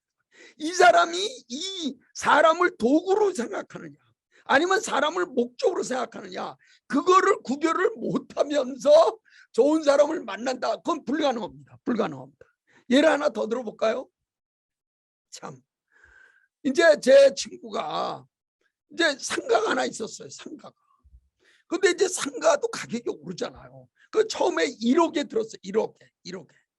근데 이제 주고 오르는데 이 친구는 뭐 약간의 여유도 있고 그러니까 주인한테 아, 옆에 뭐 좀 올라도 그냥 하라고, 뭐 내가 그 오른 거 좀 더 받아봐야 뭐 그 나한테도 뭐 그걸 놔뒀어요. 놔뒀는데 자기 동생이 이제 은퇴하고 뭐 이제 장사를 하겠다고 그래서 자기 상가에 있는 사람을 찾아갔어요. 찾아가서 아, 내가 우리 동생이 여기 들어온다 그러는데 상가 좀 비워달라. 근데 그 옆에 있는 상가는 얼마냐? 3억이에요. 3억. 근데 자기 상가는 1억이에요. 근데 그 상가에 들은 사람이 뭐라고 얘기한자로, 여보 1억 갖고 나보고 어디를 가려는 거요? 자기가 2억을 싸게 지낸 건 생각 안 하고 내가 당신이 보증금 1억 준다, 내가 이거 갖고 어딜 가는 거야 나한테. 이기죠. 이기. 그러니까 그 왜 이게 중요하냐면 기업이라고 하는 건요, 끊임없는 이해관계 속에서 지내는 거예요. 근데 이 기적인 사람 잘못 만나잖아요. 큰일 납니다. 큰일 납니다. 그러니까 나는 전혀 생각하지 않았던 얘기를 해요. 나는 꿈에도 그렇게 생각 안 했는데 그 사람은 자기 입장에서 그걸 봤기 때문에 그 얘기를 하고 그걸 주장한단 말이에요. 여기서 아주 진짜 힘들어집니다. 힘들어져요. 그래서 저는 항상 얘기해요. 다른 거 뭐 이기와 이 뭐 선악 그건 없고 딱 볼 때 아, 이 사람은 이기적인 사람이구나. 우리 회의인데 회비는 안 내면서 계속 오는 사람, 이 사람은 이기적인 사람. 저는 그렇게 생각해요. 그리고 회비도 잘 내고 그다음에 봉사도 하고 우리 저 회장님처럼 이런 분들은 이타요. 그런 분들은 무슨 사업을 해도 괜찮아요. 제가 볼 때. 그래서 이기와 이타는 조금씩 이렇게 구별해 가면서 관리하는 게 좋다. 뭐 저는 이제 이런 생각이 듭니다. 박수 한번 더 치고 하겠습니다. 근데 마지막으로 이제 대개 그 직원들을 이제 우리가 평가하는데요. 직원들을 크게 네 분류로 나눠줘요. 제가 뭐 수없이 많은 그 저기를 했잖아요. 우선 뭐 간단히 얘기하겠습니다. 직원은 의무형이 있어요. 의무형. 그러니까 내가 받은 만큼 일한다. 아주 뭐 정확하죠. 내가 받은 만큼 내가 일하면 될 거 아니야. 근데 이런 사람들은요, 특징이 뭔지 알아요? 절대 자기가 의사결정 안 해. 자기 위에 있죠? 절대 안 해. 아무리 뭐라고 얘기해도 자기가 의사결정 안 해. 자기가 책임질 절대 안 합니다. 그렇다고 인간성이 나쁘다는 건 아니에요. 사람 좋아요. 그런데 직장을 어떻게 생각하는 거예요? 내가 있을 동안, 내가 받는 동안 내가 하고 그냥 내가 있으면 되는 거지. 내가 뭐 서둘러서 뭘 그걸 안 해. 소위 말하면 이제 우리가 얘기하는 의무형이다. 이렇게 이제 얘기를 하고요. 그 다음에 또 두 번째 형이 이제 우리는 이제 계약형이다. 이렇게 얘기하는데 이 계약형의 뭐 임원들, 저희들은 뭐 임원들을 많이 보니까 임원들은 대개 어떤 스타일이냐면 숫자에 민감해요. 그러니까 내가 어떤 숫자의 목표를 달성하기로 돼 있다 그러면 그게 자기의 성과야. 계약형이야. 나는 그거를 달성하기 위해서 여기 있는 사람이야. 이렇게 얘기해요. 근데 이게요, 사업이 잘 나갈 땐 괜찮은데 이게 어려워지고 힘들어지잖아요. 그럼 이 사람들이 본성이 나와요. 어떤 본성이 나온 줄 알아요? 밑에 애들을 조져요. 밑에 애들. 자기 좀 달성하기 위해서 밑에 애들 착착 박살내는 거야 그냥 이게. 그다음에 나중에 그것도 안 되잖아요. 그럼 어떻게 하는지 알아요? 편법을 써요. 편법. 왜? 어디 그 숫자가 자기 인생이야. 그 숫자가 이게. 그리고 그 숫자에 만한 인센티브를 요구해요. 안 되면 나가겠다. 이걸 우리가 이제 계약형이다 이렇게 얘기를 해요. 근데 이런 사람들은 조심해야 돼. 왜? 그 사람 나가고 난 다음에 보면은 뭐 엄청나게 일을 저지르고 있는 것도 그다음 이제 세 번째 형이 이제 책임형이다 이렇게 얘기했는데, 그거는 이 사람이 책임형인 사람은 회사의 어려운 일, 회사의 위기, 회사가 힘든 거 이런 건 내가 임원으로서 또 내가 간부로서 내가 다 책임을 질 수 있다 이렇게 생각하는 사람. 그러니까 이게 우리나라가 약간 그 번역이 잘못된 게, 이 responsibility라는 단어가 책임으로 번역을 하는데, 이 책임, 우리는 한국에서는 책임은 결과에 대해서 책임을 진다는 건데, 원래 responsibility의 뜻은 response예요. 응정. 그러니까 적절한 때 대응한다는 거예요. 대응한다는 거예요. 그러니까 이 책임형 임원들은 어떠냐면, 회사가 어려운 일이거나 위기거나 또는 회사가 여러 있으면 자기 몸을 던져서 그거를 막습니다. 굉장히 중요한 사람들이죠. 그리고 항상 어떻게 돼요? 회사가 어떤 위험에 처해 있나 이런 거를 항상 관찰하는 사람. 이걸 우리가 책임형 임원이다, 또 책임형 간부다 이렇게 얘기를 해요. 마지막으로 이제 최고 높은 단계죠. 제가 제일 좋아하는 사람들 최고 높은 단계인데, 이 사람은 이제 회사의 사명을 뭐라고 보느냐? 영토 확장으로 보는 거예요. 영토 확장. 회사라는 건 성장의 영토가 커져야 된다는 거예요. 커져야 된다는 거예요. 그러니까 이 사람들은 끊임없이 기회를 얘기해요. 회장님, 이거 여기에 기회가 있습니다. 여기에 있습니다. 끊임없이 영토 확장을 얘기합니다. 그리고 그 리스크가 있지만, 야 그럼 이거 네가 해봐, 그런 서슴지 않고 해요. 이 사람이 제가 제일 좋아하는 사람이고, 제가 얘기하는 이 사명형, 이 회사를 성장시키고 회사를 인류기업으로 만드는 게 우리의 사명이다 이렇게 생각하고, 이 사람들은 만나서 얘기해 보면 지금 들어오는 신입사원이나 후배들한테 내가 줄 수 있는 최고의 선물은 대한민국 최고의 회사를 만들어서 걔들이 근무하게 하는 거다 이렇게 얘기해. 그래서 크게 의무형, 계약형, 책임형, 사명형 이렇게 전체적으로 이제 사람을 보면서 고과도 하고 자리도 배치하고 전체적으로 하고 있는데, 뭐 제가 볼 때는 막 크게 틀리거나 그렇지는 않은 것 같은데, 여러분들에게 조금 참고가 될 수 있었으면은 제가 이제 해서 잠깐 말씀을 드렸습니다. 자, 이제 6시간 동안 강의 들으시느라고 고생을 많이 하셨고, 또 이 과정 전체가 이제 끝나기 때문에 저도 이제 마지막 그 마무리 얘기를 해야 되는데, 제가 읽고 있는 책이 이제 운에 관한 책이 많은데, 운이 좋은 사람은 어떤 사람이냐? 뭐 이병철 회장이 사업 성공하려면 운, 둔, 근 이렇게 얘기했잖아요. 거기에 이런 내용이 나와요. 운이 좋은 사람은 과거에서 배우고 현재 깨닫고 미래를 통찰한다 이렇게 나와요. 그러니까 과거의 내 행위에 대해서 배우지 못하고 현재 자기의 일을 깨닫지 못하고 미래 되는 대로 통찰하는 사람한테는 뭐 그 인생이 어떻다는 게 운이 안 온다는 거예요. 운이 안 온다. 운이 안 온다. 그래서 이번 우리 그 CEO 과정 정말 뭐 최고의 강사들 뭐 저를 빼고 정말 최고의 강사분들이 뭐 전력을 투구해서 줌이지만 강의를 하고, 이 강의에서 반드시 여러분들이 일어나야 되는 건 뭐냐? 변화다. 변화.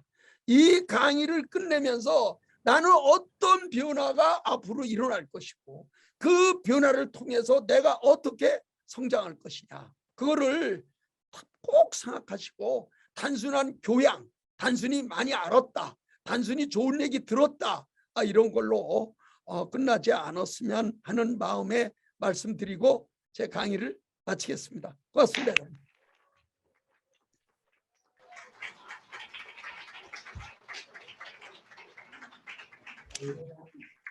질문 한 3개 정도 받겠습니다. 박수 많이 쳤네요. 그죠?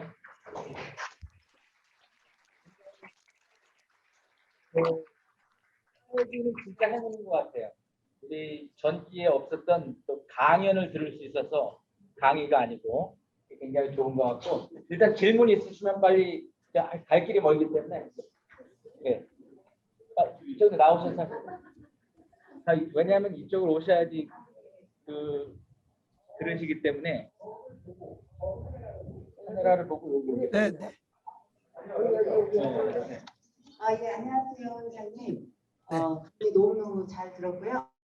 오늘 아까 그 행복론, 톨스토이의 행복론을 말씀하셔서 저하고 동일한 그런 생각을 가지고 계셔서 제가 정말 반가웠고요. 저도 그 안나 까레리나 그 톨스토이의 정말 여러 번 읽었습니다. 지금도 저의 정말 애정하는 도서이고요. 꼭 질문하고 싶은 건 회장님께서 저희에게 꼭 정말 꼭 읽으라고 하고 싶은 도서가 있으시면 하나 추천해 주셨으면 좋겠습니다. 네.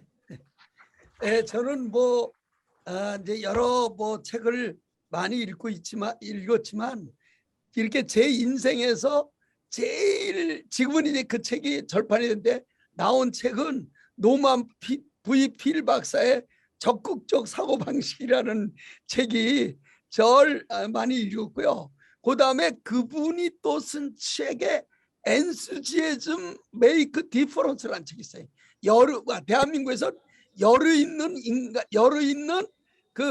인간의 마력이라는 책인데, 모든 어떠한 일을 할 때도 제일 중요한 건 뭐냐? 열정이다. 열정. 강의, 그다음에 무슨 스포츠, 모든 게 열정을 갖고 자신이 해야 된다. 그런데 사실 그 책은 지금 거의 포지티브 띵킹 안 나오는데, 최근에 이렇게 항상 손에 넣고 매일 읽는 책은 손자병법입니다. 손자병법하고, 그다음에 저희들이 이렇게 천주교 다니면서 브루실로도 오고 했기 때문에 성경은 이제 매일 읽고요. 손자병법에서 인간이 어떤 도리를 가져야 되느냐, 이런 책을 많이 읽고 있습니다. 네.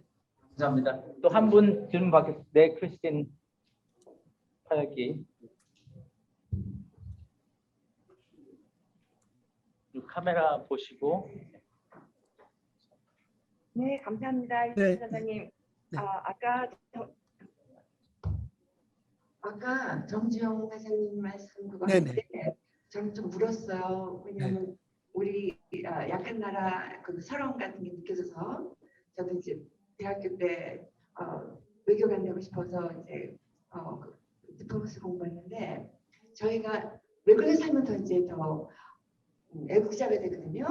네, 그렇죠. 우리가 외국에서는 우리가 어떻게 하면 사랑하는 우리 한국에 조금 도움이 될 수 있는 사람이 될 수 있는지 몇 말씀 덕담해 주시면 감사하겠습니다. 네. 사실 저는 도전과 나눔도 하지만 무역경제신문이라고 하는 신문도 사재를 털어서 운영하고 있어요. 그래서 월드옥타나 이런 데 아주 잘 이렇게 같이 하고 있는데, 사실은 어떤 의미에서 볼 때 저희들이 하고 있는 한류나 또는 저희들이 하고 있는 K-푸드 또는 K-패션 또는 K-컬처, 이러한 한국의 원형적인 이러한 문화나 이런 것을 어떻게 현지에 잘 소개해서 그분들하고 같이 이렇게 어울릴 수 있느냐, 저는 항상 그 생각을 많이 합니다. 그래서 대사관이 중요한 게 아니라, 저는 가끔 가면 대사관에 있는 공보관이라고 그래요. 문화관, 그게 더 대한민국을 움직이게 하지. 그래서 앞으로 대한민국이 이제 여러 다양한 형태의 한류 노래뿐만이 아니라 이제 많이 나갈 텐데, 그런 걸 좀 많이 사랑해 주시고, 또 K-푸드나 또는 K-컬처에 외국인들이 같이 이렇게 공감할 수 있도록 노력해 주시면 저희 기업인들도 좋은 제품으로 보답하겠습니다. 네.